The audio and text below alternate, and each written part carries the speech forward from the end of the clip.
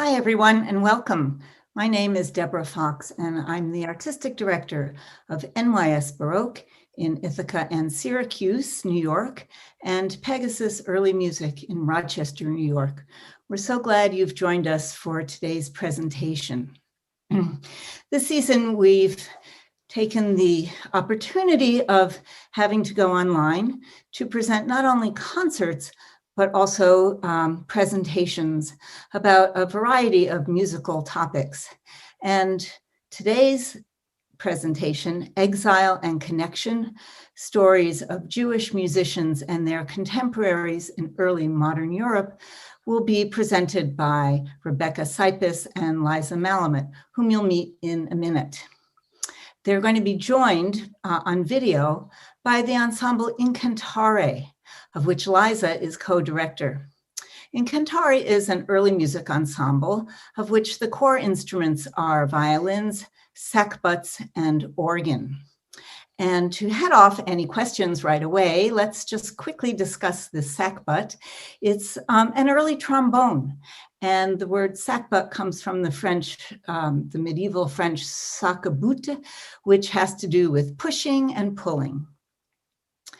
Incantare's concerts highlight the musical and cultural connections of underexplored musicians from the Renaissance and early Baroque periods, especially music by composers, singers, and instrumentalists from marginalized communities in early modern Europe. The ensemble strives to discover, research, transcribe, teach, and especially perform works that may have not been heard since they were first conceived. The consort of sackbuts and violins has a long history and a unique sound that incorporates the vocal qualities of both instruments while retaining each of their distinct timbres, making it the perfect medium for performing the beautiful works from this rich musical time period. I think you'll agree that the sound is really something quite special. So Rebecca will present first, followed by Liza, and then we'll have time for questions, which you can enter into the YouTube chat or the YouTube comments. Rebecca Cypess is Associate Dean for Academic Affairs at Mason Gross School of the Arts and at Rutgers University, and an Associate Professor in the Music Department. She's the author and editor of many books, including Curious and Modern Inventions, Instrumental Music as Discovery in Galileo's Italy, Women and Musical Salons in the Enlightenment, and Sarah Levy's World, Gender, Judaism, and the Bach Tradition in Enlightenment Berlin. She's also a performer on historical keyboard instruments and directs the Raritan Players, which is devoted to the exploration of compositions and performance practices associated with women. They've made recordings and they've gotten my favorite review, I think, of all time from the American Record Guide, which says, "This album could be better only if they could find a way to scent it with freshly baked cookies." Wow, I'd like to hear that after a concert. Liza Malamet regularly appears as a trombonist, teaching artist, and presenter throughout the United States and abroad. She's performed with all the major early music ensembles in this country. She's a passionate teacher and researcher, and her work in trombone pedagogy was supported by a fellowship from the American Association of University Women. She's taught at Indiana University and Tufts University, and regularly teaches at workshops throughout the country, such as the Amherst Early Music Festival. She's co-editor with Rebecca and with Lynette Bowring of a forthcoming book, Music and Jewish Culture in Early Modern Italy, New Perspectives. She holds a DMA in historical performance from Boston University, where she studied historical trombone, or the sackbut, with Greg Inglis. Liza is a founding member and co-artistic director of Incantare. So before you meet them and hear the presentation and the music, I just have a little housekeeping. There's a link to the program for today's presentation in your YouTube description. You can enter questions and comments in the YouTube chat. We'd love to hear from you. We'd love to know where you're listening from, and we'd love to take your questions after the presentation. Now, during this pandemic year, as I mentioned before, we've gone online. We haven't been able to do any live concerts. And our boards made the decision to make all of our events online, which is a few more than we would usually do live, to make them all free of charge and not to charge for tickets. However, at the same time, we are deeply, deeply committed to paying our artists their professional fees, as so many artists have lost completely their livelihoods during the pandemic, not being able to perform. So there's a little disconnect there, and we are asking you, if you are so moved, to make a donation in lieu of buying a ticket, or for the sheer love of music. We greatly appreciate that, and we are very grateful. And please know that in doing that, you are really helping to keep the music coming. So thank you, enjoy the presentation, and now let's go off to 17th century Italy.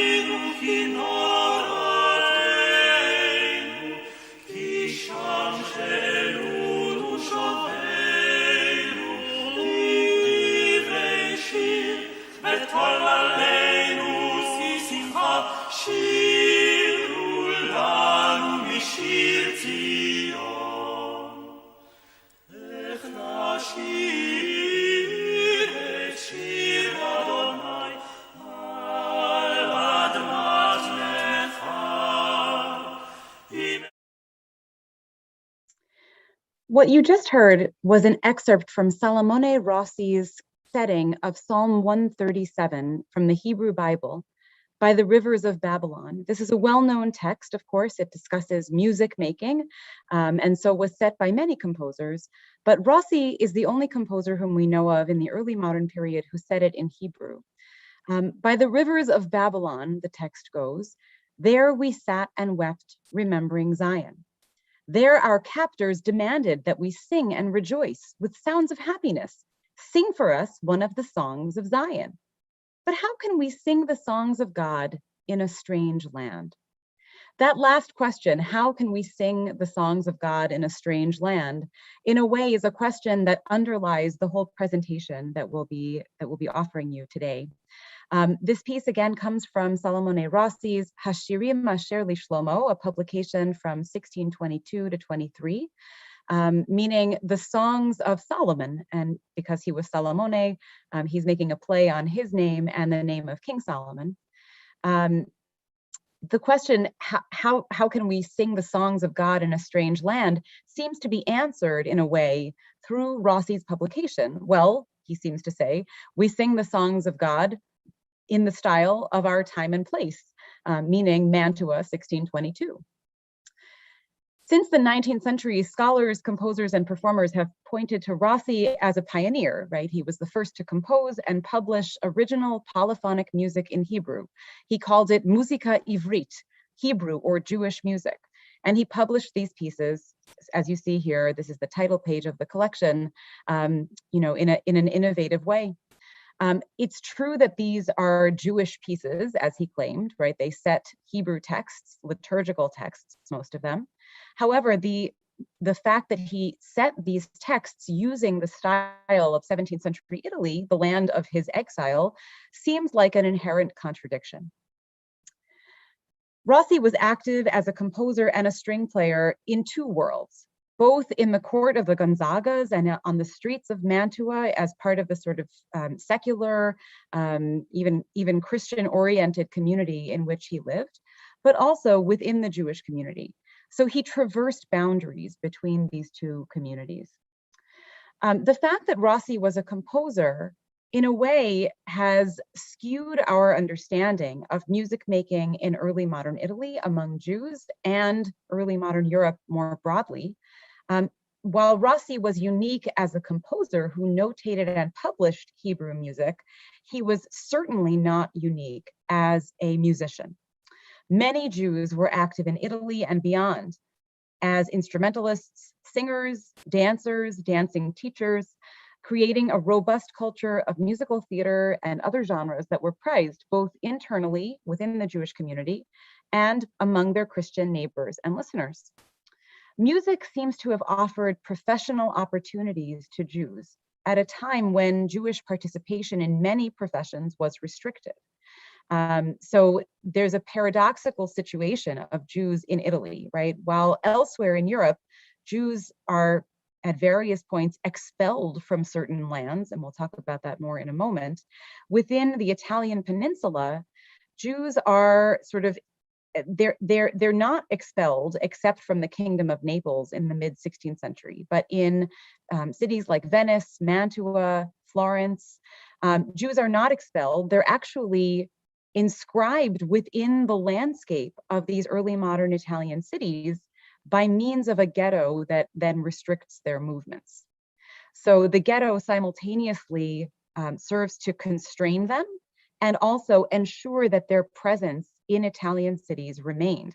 And they didn't just live on the periphery of these cities. Actually, in most Italian ghettos were located in the center of town. So you can see the map here of Mantua. The blue star represents the location of the Jewish ghetto in Mantua, which was completed in 1612.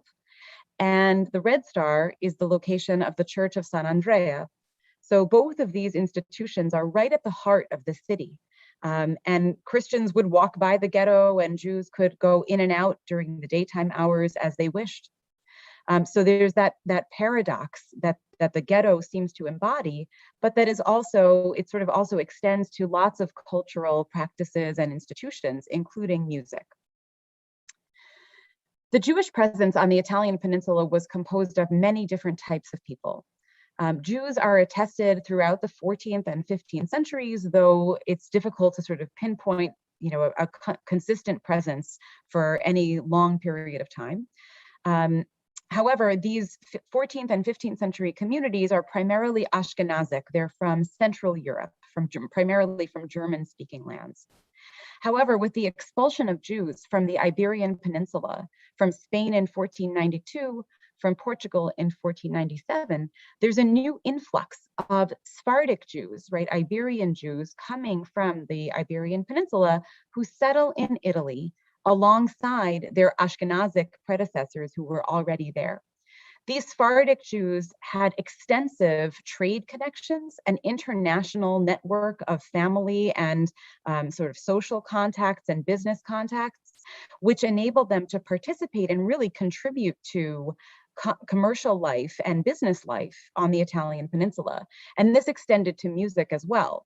So some of the Sephardic Jews who migrated to southern Italy especially were active as instrument builders, instrument traders. Some of them are even on record as having owned enough instruments that it's likely that they were renting these things out. So they sort of served as a focal point for musical instrument culture. So these Sephardic Jews would have joined the established Ashkenazic population in Italy.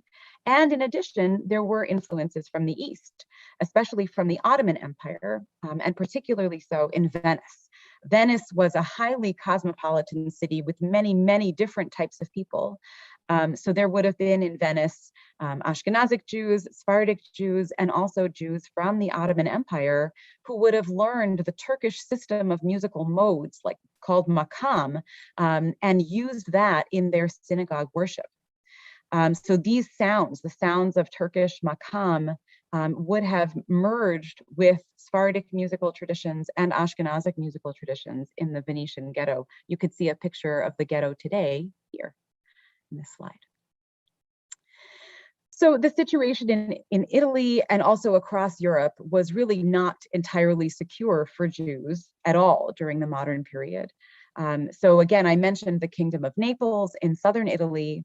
After first welcoming the Jews who had been expelled from the Iberian Peninsula in the late 15th century, the Kingdom of Naples went on to expel its Jewish population in the 1540s.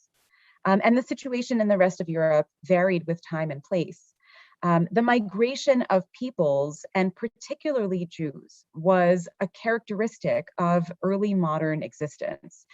So David B. Ruderman, a great historian whose book Early Modern Jewry I recommend very highly, has argued that migration and the spread of ideas was central to the Jewish experience in the early modern era.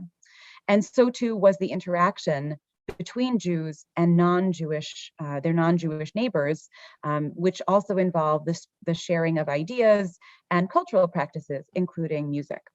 So just a couple of cases, one in Central Europe, Elia Bocher Levita.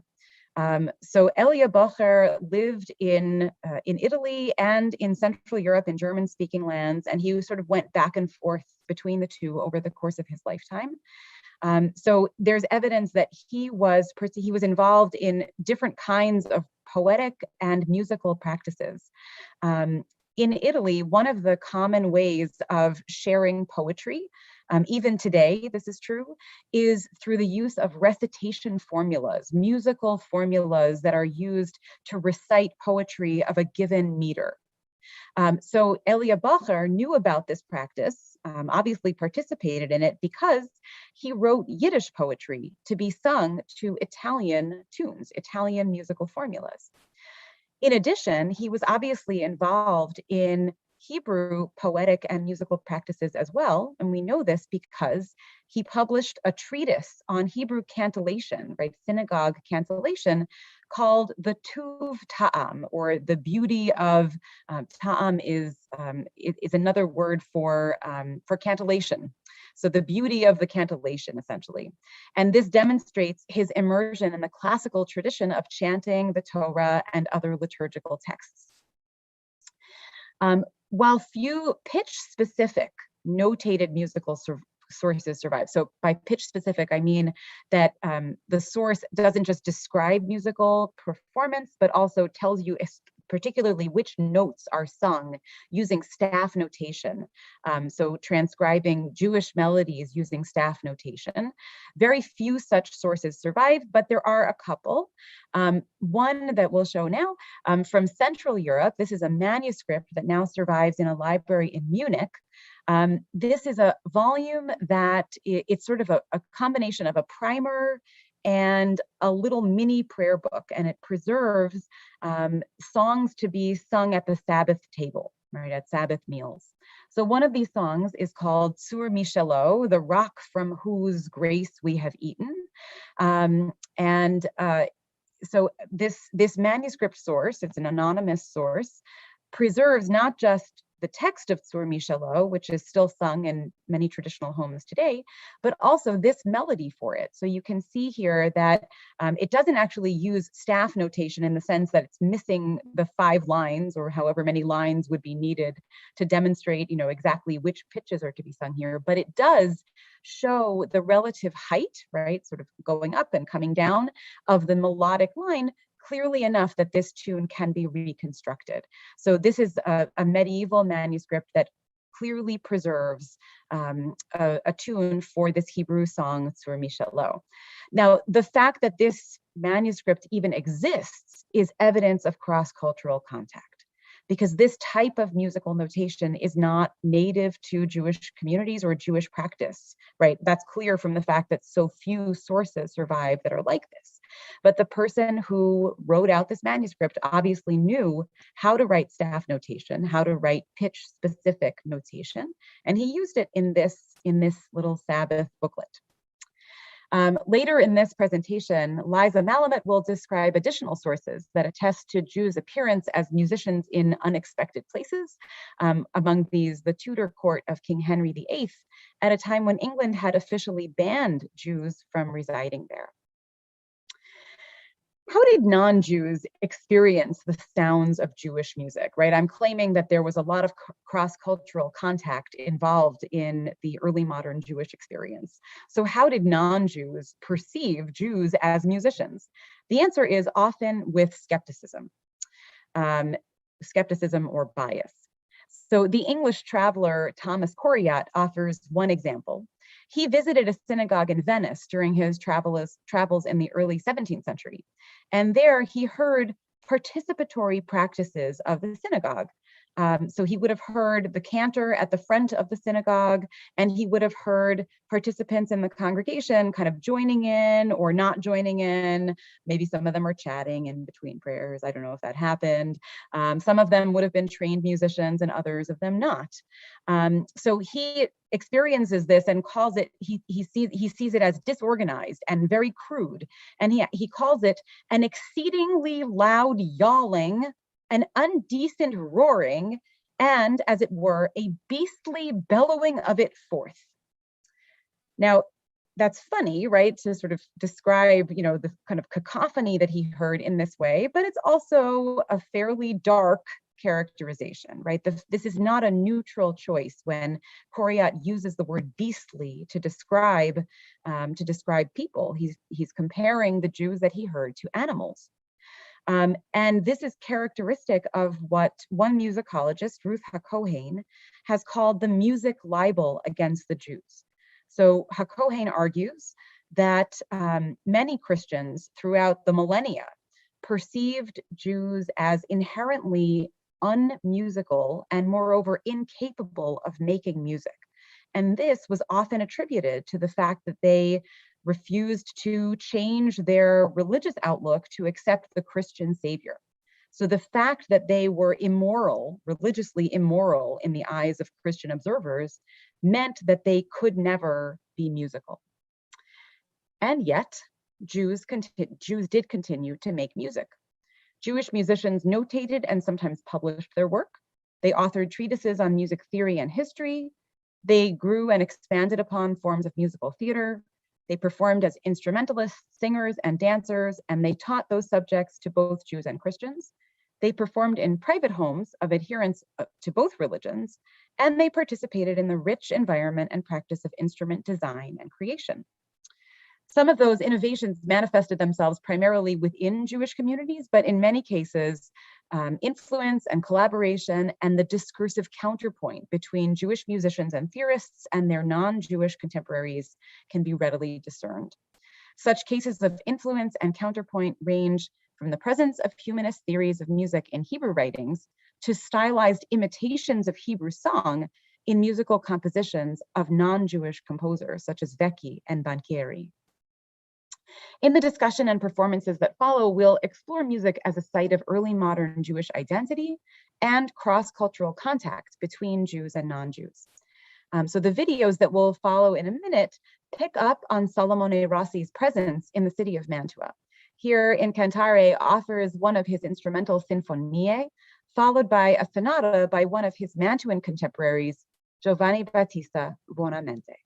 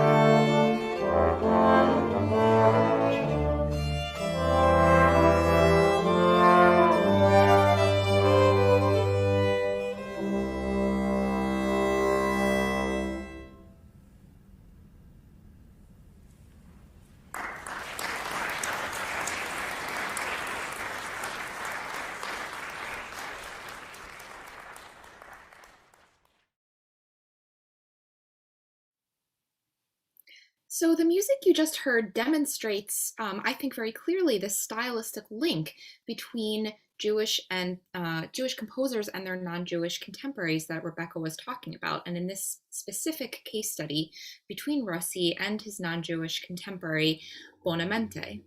So both Bonamente and Rossi served at the Gonzaga court in Mantua, and they may have worked with quite a few composers that we have all heard of, especially Claudio Monteverdi.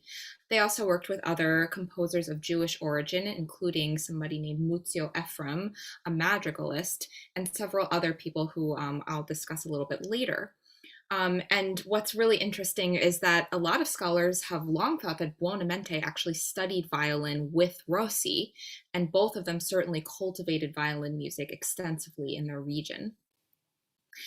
The Sinfonia and the Sonata we just played, they have this clear stylistic link, which I just mentioned, but I do also want to note that some scholars have pointed out, especially our colleague Lynette Bowring, she points out that the differing backgrounds of the two composers may have actually played into differences in their compositional styles.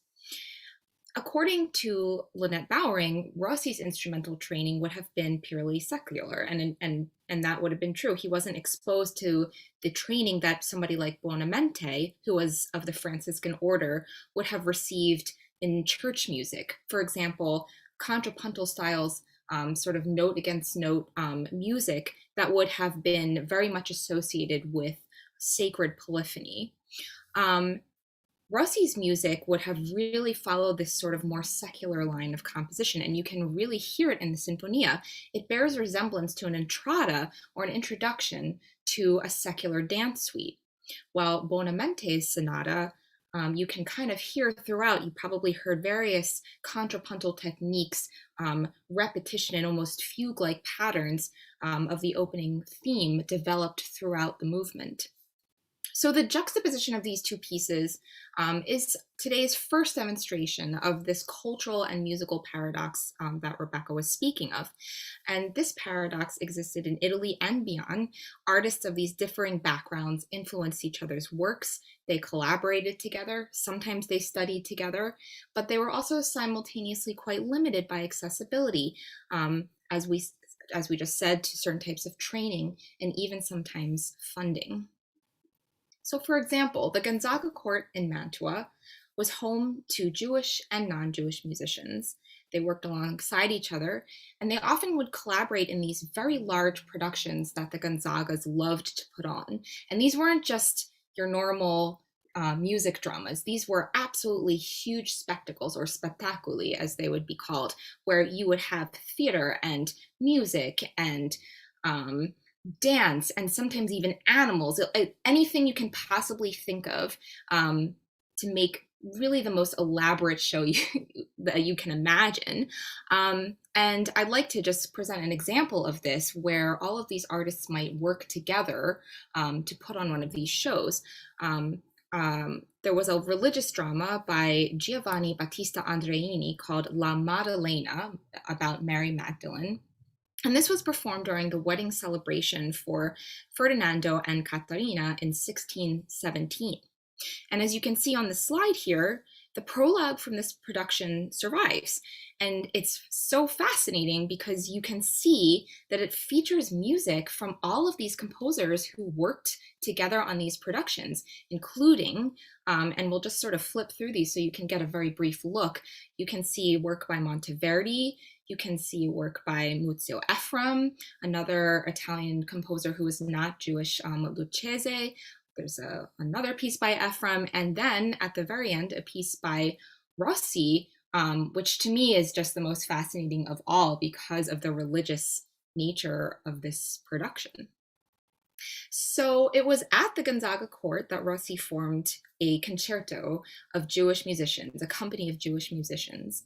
And he and his musicians were looked upon very highly by the court. And in fact, they were freed from the mandate that unfortunately has long been in existence in certain places to wear a badge indicating his Jewishness in public.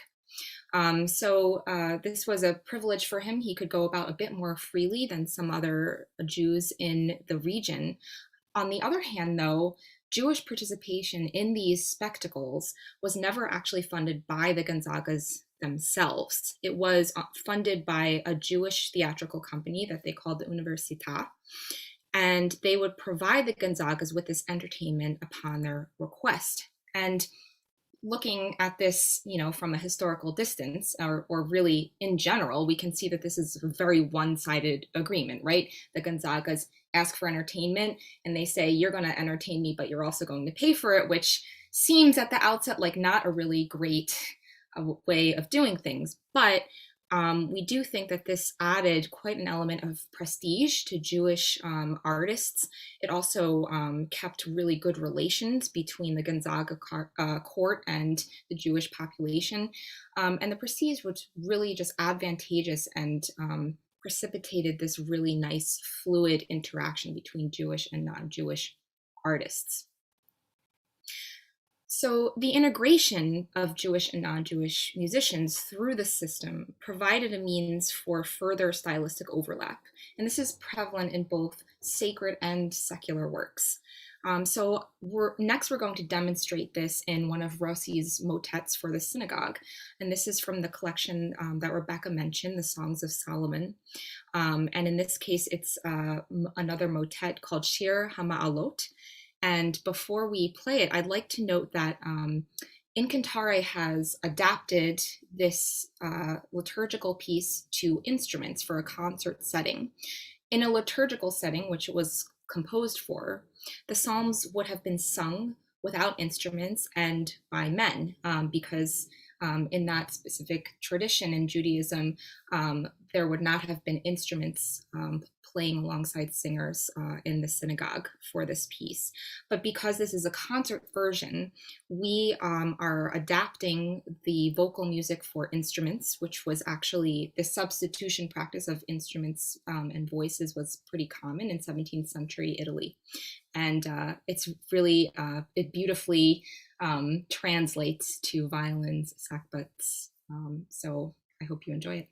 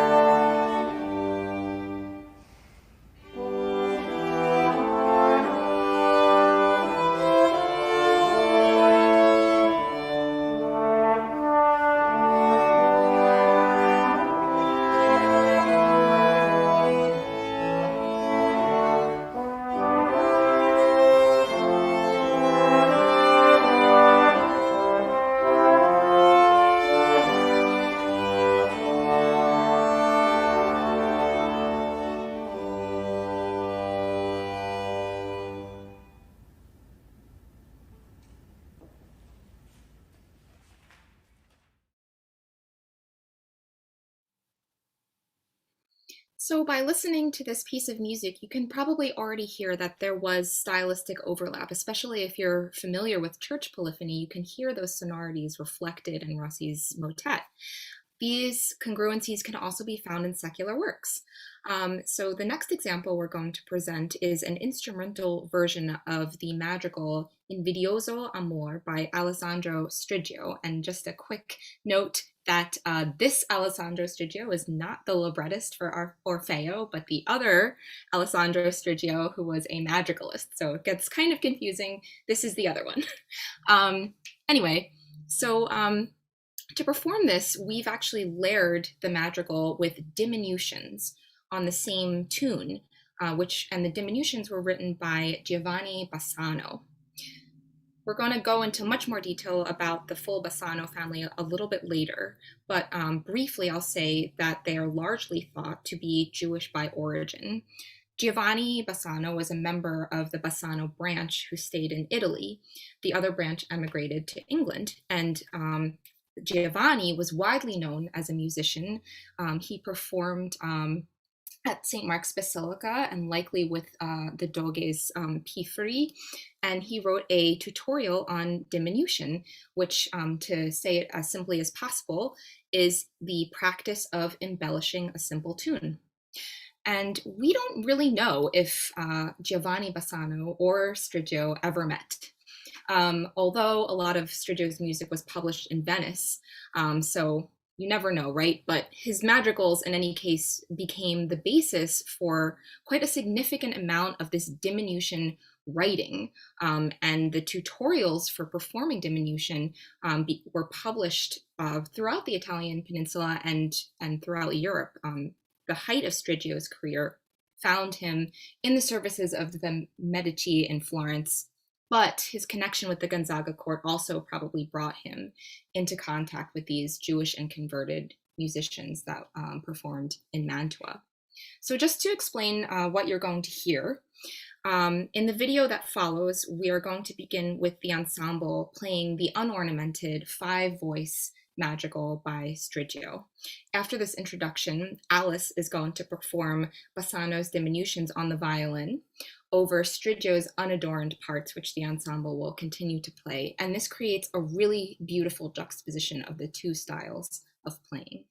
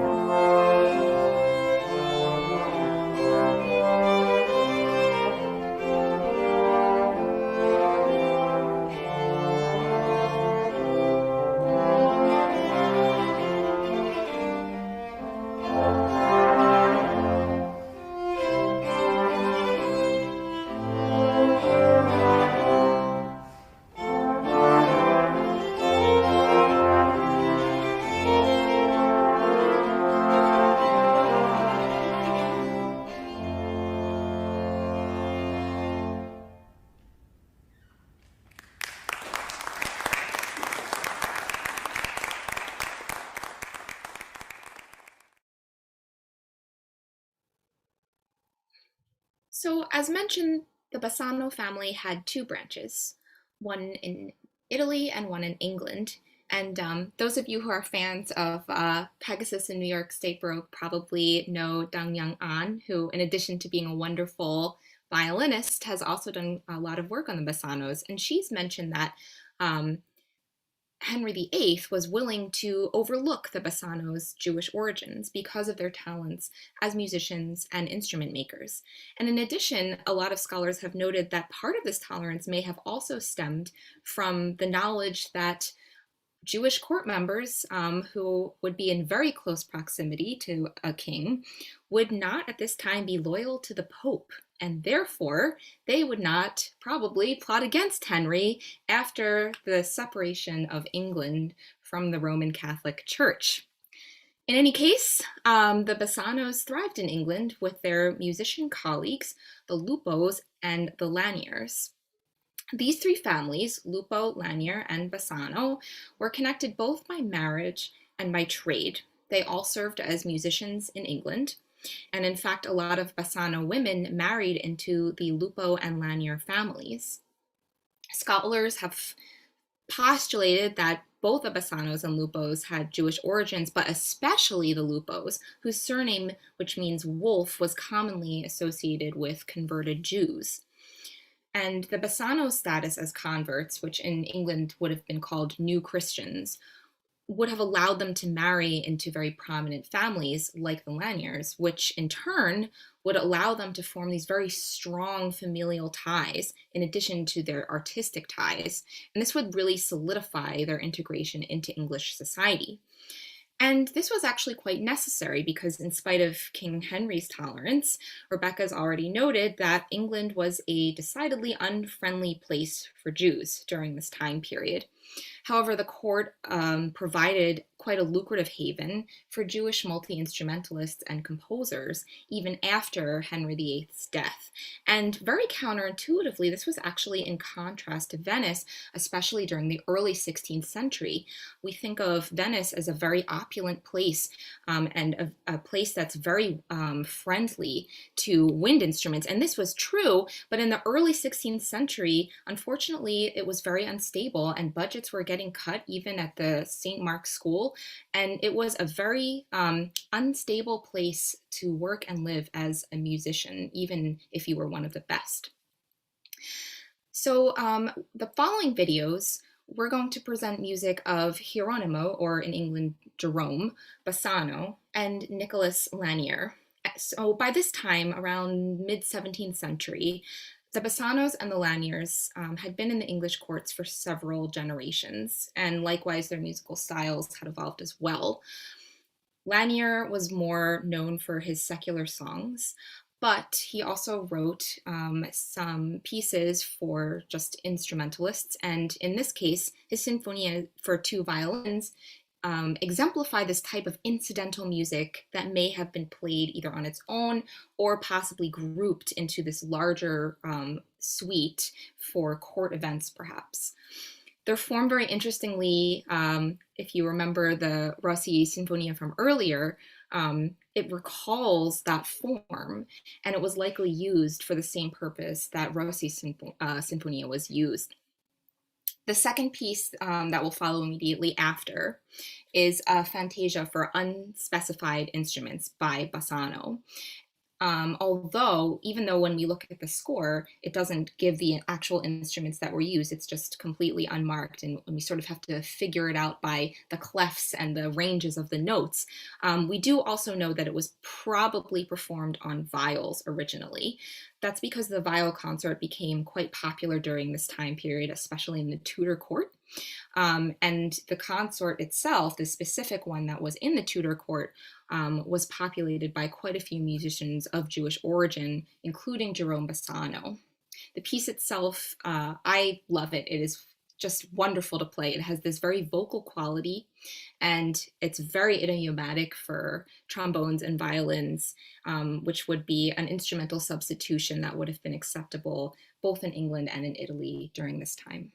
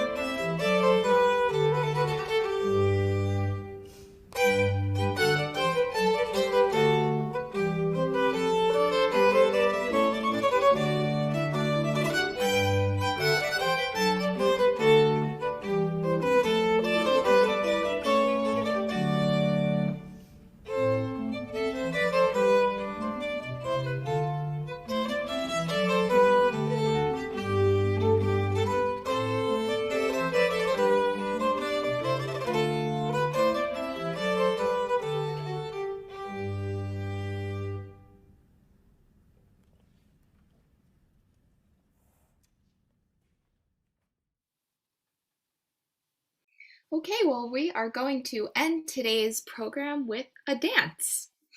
And actually, it's I think, a really great way to sort of exemplify the intercultural connections between Jewish musicians and their non-Jewish contemporaries throughout Europe. Dance was a secular medium, and as such, it was a genre that welcomed Jewish musicians and teachers as well as non-Jewish musicians and teachers. And a few of the musicians who became involved in this became quite renowned. And In fact, I'd like to read a quote by a scholar from our book. His name is Drew Stephen, and it's just so fascinating. So I'm just going to read it to you. He observes that by the second half of the 15th century, Jewish musicians and dancing masters were active in nearly all Italian territories where Jews lived, and were credited with introducing a dignified form of dance that Christian patrons and the nobility found appealing. And he notes further that dance provided this very important conduit for contact between Jews and Christians, and it created this whole other path for cultural exchange. So as a result, quite a few dancing masters of Jewish origin became quite well known, especially Guglielmo Ebreo, who was quite a polymath. He taught dancing lessons, he published dance treatises, he choreographed and organized these huge productions that we talked about in the courts of Italy. He even painted. This is a tempera on wood that is actually attributed to him. So naturally, the popularity of dance engendered this development of the forms by Jewish composers. Unlike the music that was used in sacred venues, for example, the motet, maybe the anthem, dance forms presented no barriers whatsoever to Jewish musicians and composers, and they excelled at it. So to demonstrate this, we've actually fashioned a dance suite which combines movements by several Jewish and non-Jewish composers. And you can hear in their juxtaposition the real sophistication that Jewish composers were able to lend to this medium, and which in turn really influenced their non-Jewish contemporary composers. So we'll start off with a Pavane and a Galliard by Giovanni Bassano of the Tudor court. After that, we'll play a Brando by Salomone Rossi of Mantua. And we will end by playing a really exciting finale, originally by Giuseppe Sensi, which was then adapted for instrumental dance band by Gasparo Zanetti, and it's called La Mantovana. And I do want to make a quick note about La Mantovana before we play this music for you. You might recognize the tune. It is widely used even today, but in 17th century Italy, it was very, very popular. Sort of like Striggio's Madrigals, it was adapted a number of times for many different types of ensembles and settings. But for the purposes of our program, the most notable is as the melody for the traditional Passover prayer for the dew, or Lech L'Shalom Geshem. And this was likely sung in the Spanish synagogue in the Venetian ghetto. So before we play the entire dance suite for you, I'd like to play just a short audio clip of this traditional prayer.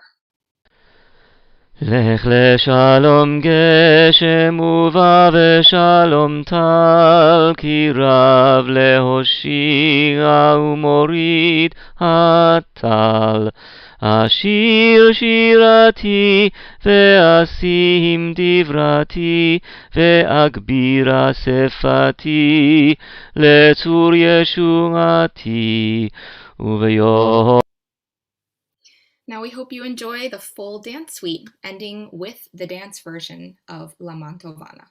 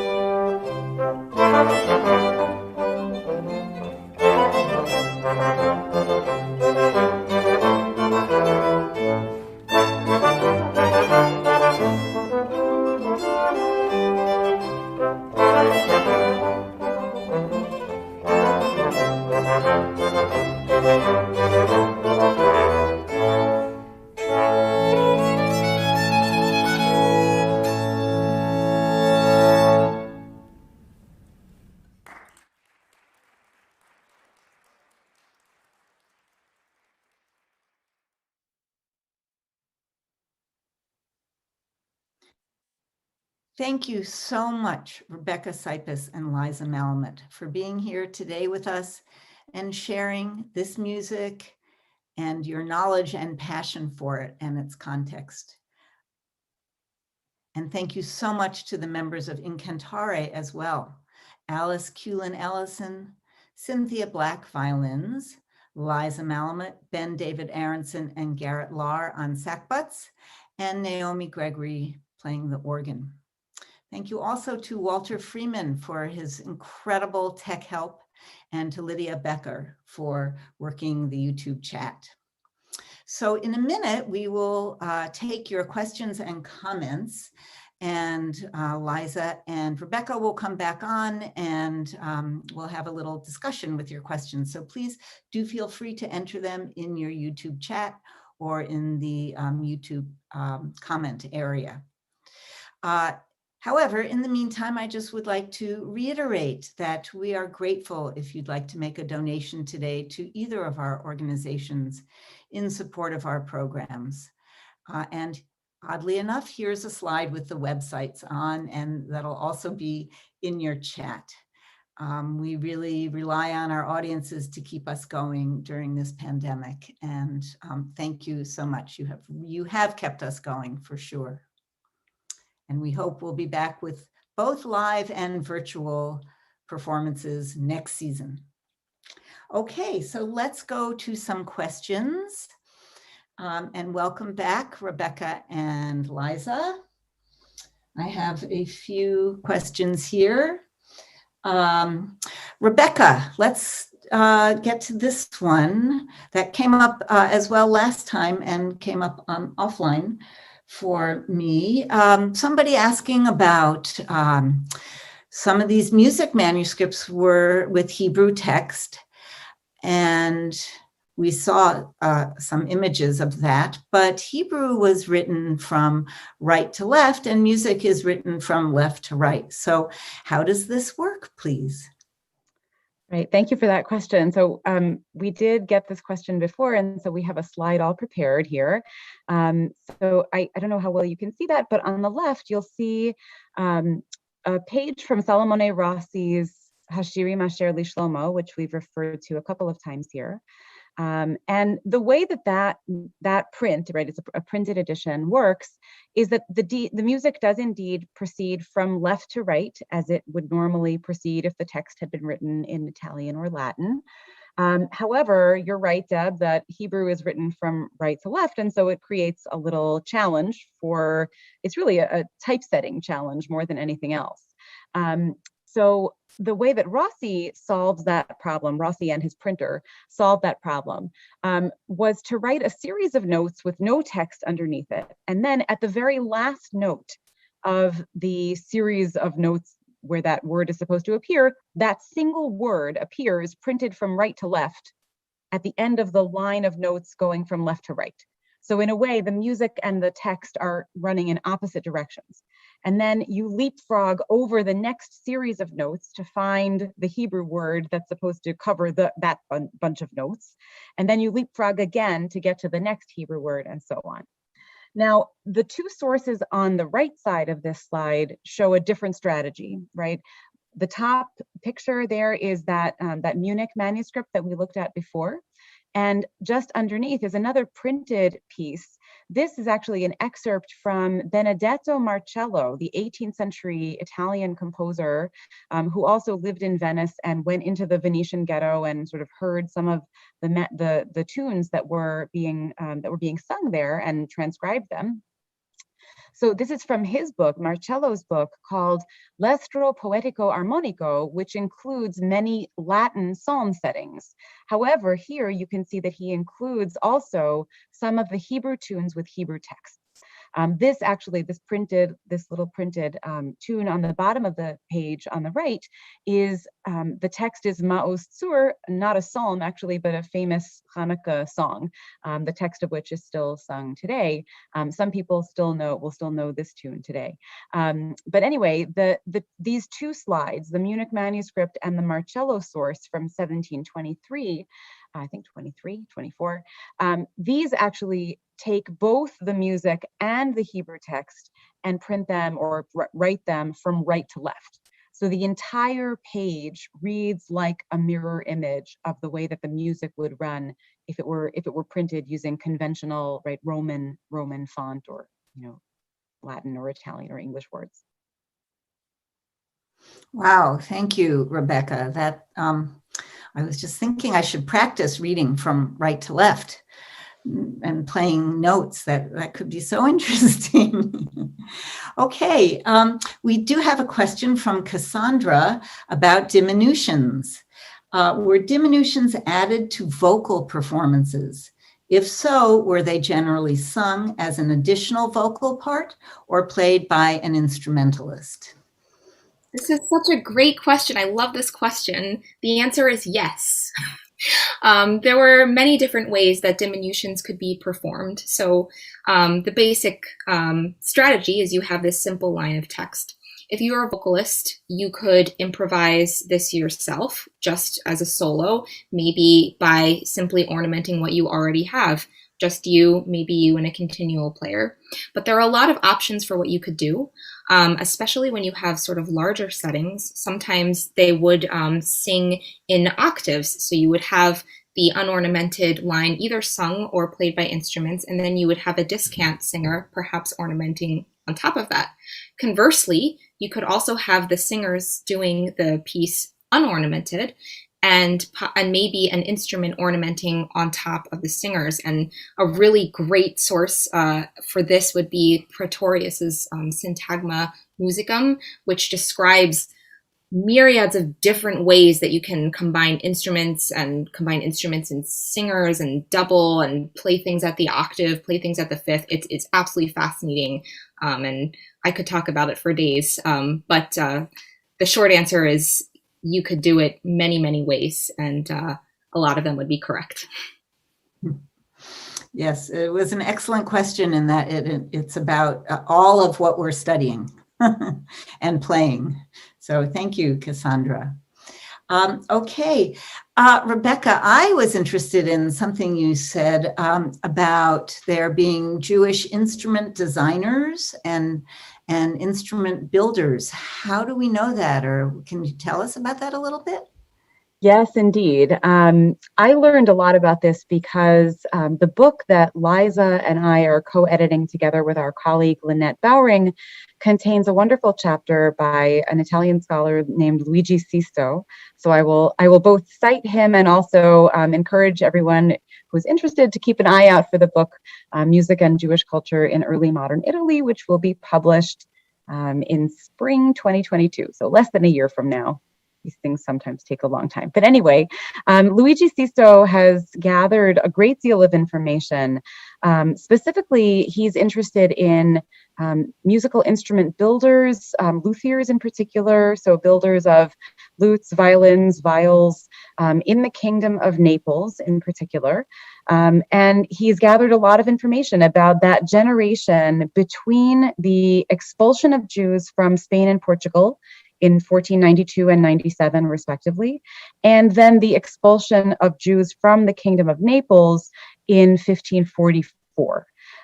So the Kingdom of Naples was under the rule, the sort of Habsburg rule, along with, am I saying that right? There's a connection between the Iberian Peninsula and the Kingdom of Naples, so that there's a migration route from the Iberian Peninsula to southern Italy.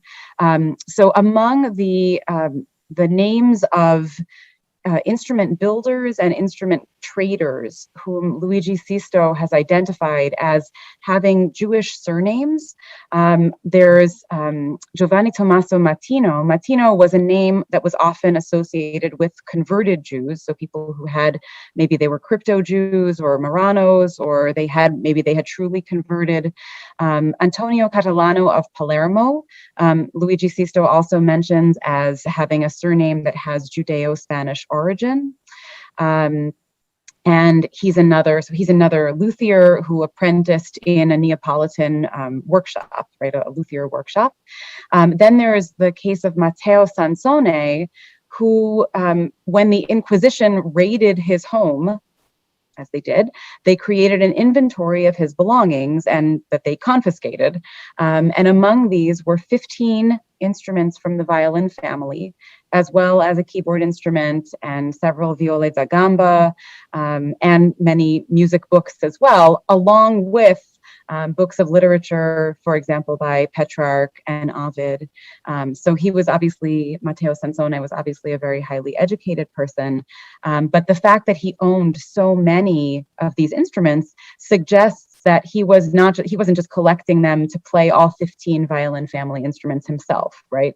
It's likely that he used these things, possibly lending them or renting them out to other musicians. This is Sisto's argument. And what's interesting about that, whether these instrument builders and traders retained their Jewish identity or whether they chose to convert for maybe truly spiritual reasons or just for practical reasons to kind of avoid the attention of the Inquisition. The fact is that their Jewish origin would have helped them to innovate and also spread those innovations in musical instrument design. So the fact that they had an international network of connections, that was characteristic of early modern Jewry, meant that they would have had international and cosmopolitan influences in their instrumental practices, and also that they would have had business connections throughout the Italian peninsula and perhaps throughout Europe. And this is, something that I think we think about conversion in a very kind of black and white way. You're either in or you're out. But I think that identity in, sort of religious identity or ethnic identity in early modernity was a lot more fluid and flexible, and that it's possible to believe one thing but profess another openly, and to adopt a new identity, a new religious identity, but also to continue drawing on the kind of social, cultural, and business connections offered by the previous identity. So these cases are really interesting. One other one that I cannot imagine doesn't have Jewish origin is the very famous Amati family. And that's because the name Amati is a Hebrew name. The name means of my people.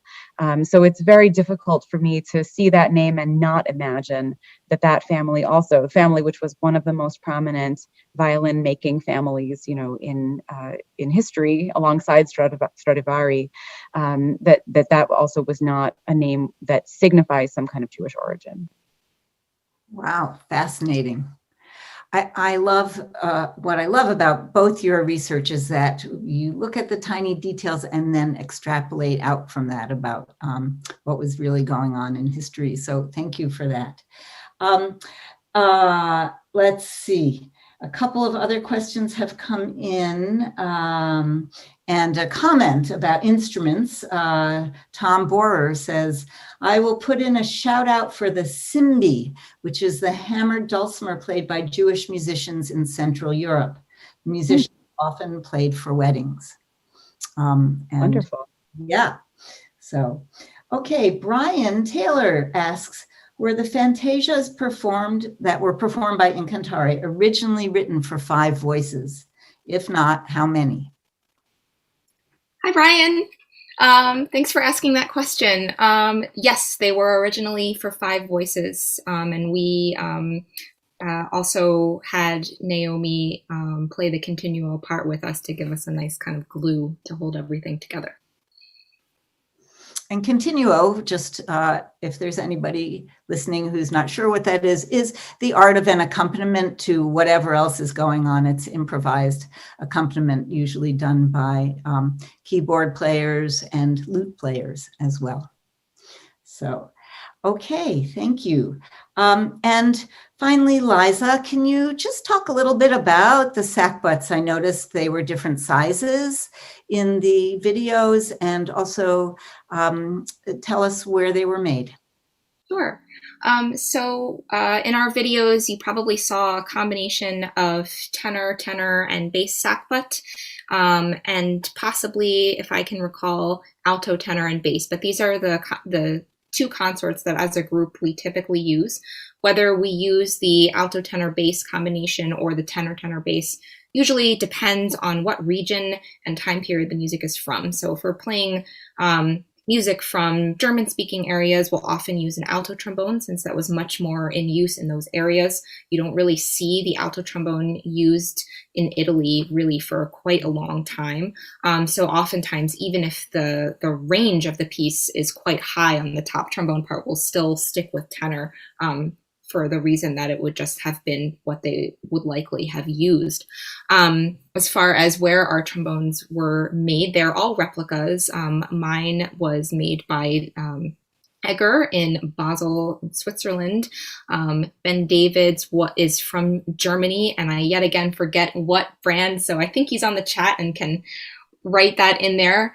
And Garrett's bass sackbut is a Meinl, which was also made in Germany.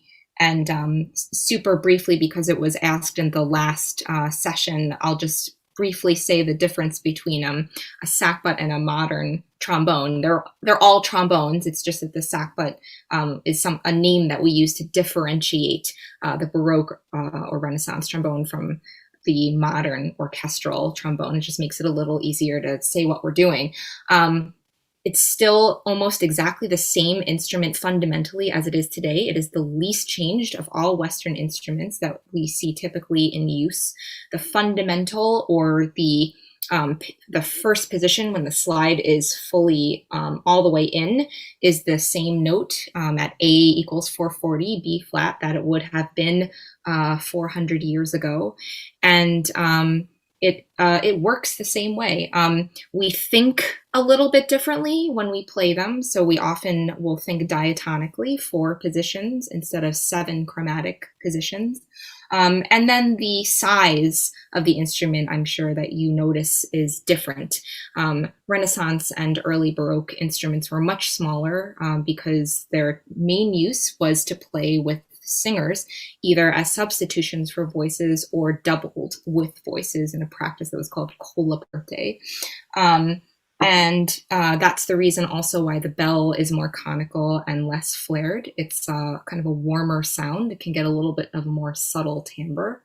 And the mouthpieces, I just do a brief little, this is a modern trombone mouthpiece. You can see it's quite heavy, and the rim is sort of curved, whereas the sackbut mouthpiece is a flat rim and a very sharp cup and shank.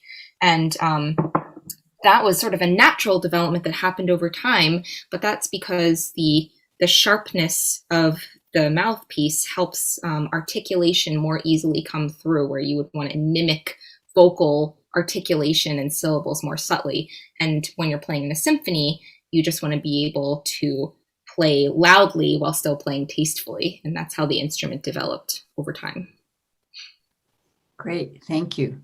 And finally, I was fascinated to hear that really in all these hundreds of years, things haven't changed all that much, and musicians are still facing many of the same issues, including budget cuts. So I'm just interested, how does one find out that Venice was cutting its budget for wind players? In your research, where do you find something like that? Well, I guess you can't say sort of like generally, which I might have actually made sound very general, like the city of Venice was cutting its wind budget. The reality of the situation was that prior to, I guess it would be 1567, which is when the tenured musicians at St. Mark's would have come into play, like that the St. Mark's musical instrument ensemble, which was led by Dalla Casa, would be sort of mid to late 16th century. But prior to that, and really even after that, there were very few musicians that were what we would consider salaried or tenured. They really relied on a very similar means of performing, a freelance environment, very similar to what we do today here. Like if you think about New York City musicians or Rochester musicians, Boston, everywhere, no matter how great of a musician you are, you're sort of at the mercy of whatever institution is currently hiring you. So at that time, especially in the very early 16th century, you would have you have sort of various outlets where you could work. You could work for churches, you could work for church schools like the Scuola Grande. St. Mark's School hired instrumentalists to teach, and voice teachers as well. You could, if you were very lucky, you would play in the Pifari, which was sort of like the city wind band. That was the leader of the city's own ensemble. But none of this was really a sure thing. And you were especially if you worked at the Scuola, the St. Mark's School in particular was sort of, the budget was at the whim of its leader. And those leaders would fluctuate, and another one would come in and say, oh, we don't need half of you. Go do something else. And then a new person would come in and say, like, oh, we're fine, come in. But it was a little dicey, even if you were great. And an interesting comparison, there are a couple. Eleanor Selfridge Field writes a lot about who was playing in St. Mark's during this time. And you can also read some information about the English courts during this time by people like Keith Polk and Victor Coelho have written about wind musicians and what they're doing. So in the early 16th century, if you compare what was going on, let's say the end of the 16th century, you had 6 tenured instrumentalists at the Basilica of St. Mark's, whereas at the Tudor court you had like dozens. There were at any time there were like trombonists alone between 9 and 15 regularly employed players. So the attraction for the Bassanos, to go to leave this kind of tenuous situation, then go to Tudor England, where Henry was like, I'll give you money, just come here, money, protection. It was, I can imagine it being a very attractive concept. Thank you. Yes. Despite the religious tensions, right? Very interesting. Mm-hmm. Yeah. Ben David comments, the more things change, the more they stay the same. So true. Okay, this brings us to the end of our presentation. So thank you so much, Rebecca and Liza, for being here. Thank you to our audience for coming and making such lovely and interesting comments. We hope that you will join us for our next event, which is coming up at the end of May. It's part of our Young Artists program, NYS Baroque Young Artists and Pegasus Rising. And we're featuring the new consort, which is a vocal consort, in a program that they call "Oh Stars Conspiring Against Me." And they describe it as a meditation on women in myth and how those stories continue to shape the portrayal of women in art to this day. The program is built around the North American digital premiere of a piece called The Turn, which is by an English composer, Ben Roworth. And he wrote it based on and designed to be interspersed with a piece by Claudio Monteverdi, who, by the way, changed jobs quite a bit as well. Monteverdi's Lamento d'Arianna for chorus or for multiple singers.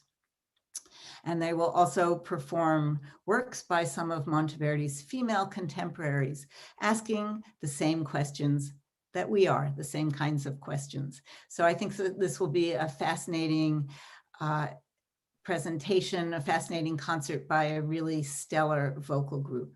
So we do hope that you'll join us. So once again, thank you very much for joining us today. Thank you, Liza and Rebecca, and we hope to see you all next time. Bye-bye.